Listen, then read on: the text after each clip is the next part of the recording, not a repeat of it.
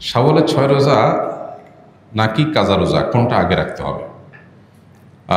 কারোর যদি রমজানের রোজা কাজা হয়ে থাকে তাহলে সেক্ষেত্রে তিনি রমজানের কাজা রোজাগুলো আগে রেখে তারপরে শাওয়ালের 6 রোজা রাখলে বেশি ভালো। কারণ যে হাদিসে শাওয়ালের 6 রোজার ফজিলত রয়েছে সেখানে রমজানের রোজাগুলোর ব্যাপারে বলা হয়েছে। নবী সাল্লাল্লাহু আলাইহি ওয়াসাল্লাম বলেছেন, মান সামা রমাদান সুম্মা আতবাহু সিত্তাম মিন শাওয়াল, যে ব্যক্তি রমজানের রোজা রাখলো এরপরে শাওয়ালের 6 রোজা রাখলো। এই হাদিসে বোঝা যাচ্ছে রমজান রোজা রেখে তারপরে রাখতে বলা হয়েছে। এখন রমজান রোজা দিয়ে আপনার গ্যাপ থাকে কয়েকটা, মিস থাকে কয়েকটা, এগুলো রেখে তারপর আপনি শাওয়ালের রোজা রাখলে এটা সবচেয়ে সেফ এবং সবচেয়ে ঝামেলামুক্ত। আর যদি বলেন যে না আমার এত বেশি ভাঙতি রোজা হয়েছে বা যে কয়টা রোজা হয়েছে সেগুলো রেখে আবার শাওয়ালের 6 রোজা রাখা আমার জন্য টাফ হবে, তাহলে আপনি আগে শাওয়ালের 6 রোজা রাখলেও ইনশাআল্লাহ আশা করা যায় আপনার শাওয়ালের 6 রোজার ফজিলত আপনি পাবেন।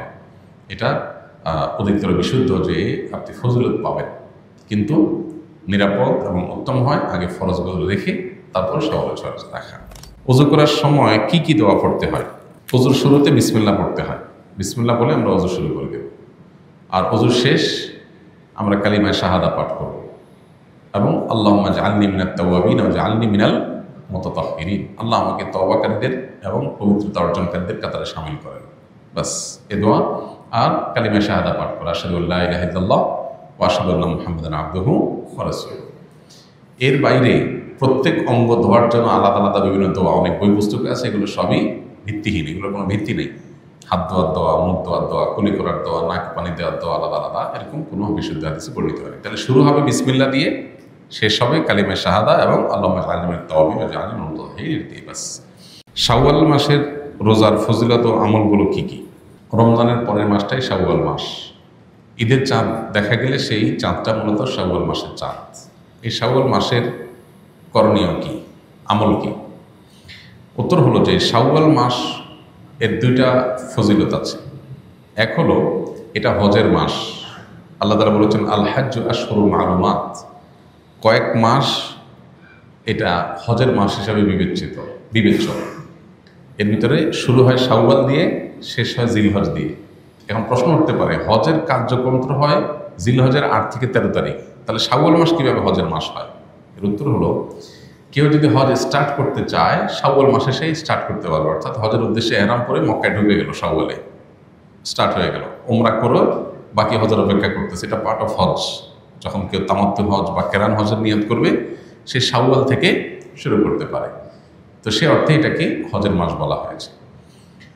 দ্বিতীয়ত শাওয়াল মাসে 6টা রোজার ফজিলত আছে আমরা জানি। নবী সাল্লাল্লাহু আলাইহি ওয়াসাল্লাম বলেছেন মান সামা রমাদান সুম্মা আতবাহু সিত্তাম মিন শাওয়াল কানা কাসিয়ামিদ দাহর, কেউ রমজান রোজা রাখার পরে শাওয়ালের 6টা রোজা রাখলে সারা বছর রোজা রাখার সওয়াব পাওয়া যাবে। অনেকে এটাকে ব্যাখ্যা করেন এইভাবে যে আল্লাহ তাআলা যে কোনো আমলের 10 গুণ বাড়িয়ে দেন, কোনো কোনো ক্ষেত্রে 700 গুণ আরও বেশি পরিমাণ দেন অনেকে।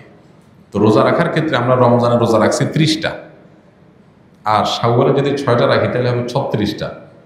এই 36কে যদি আপনি 10 দিয়ে গুণ দেন কত হবে? 360।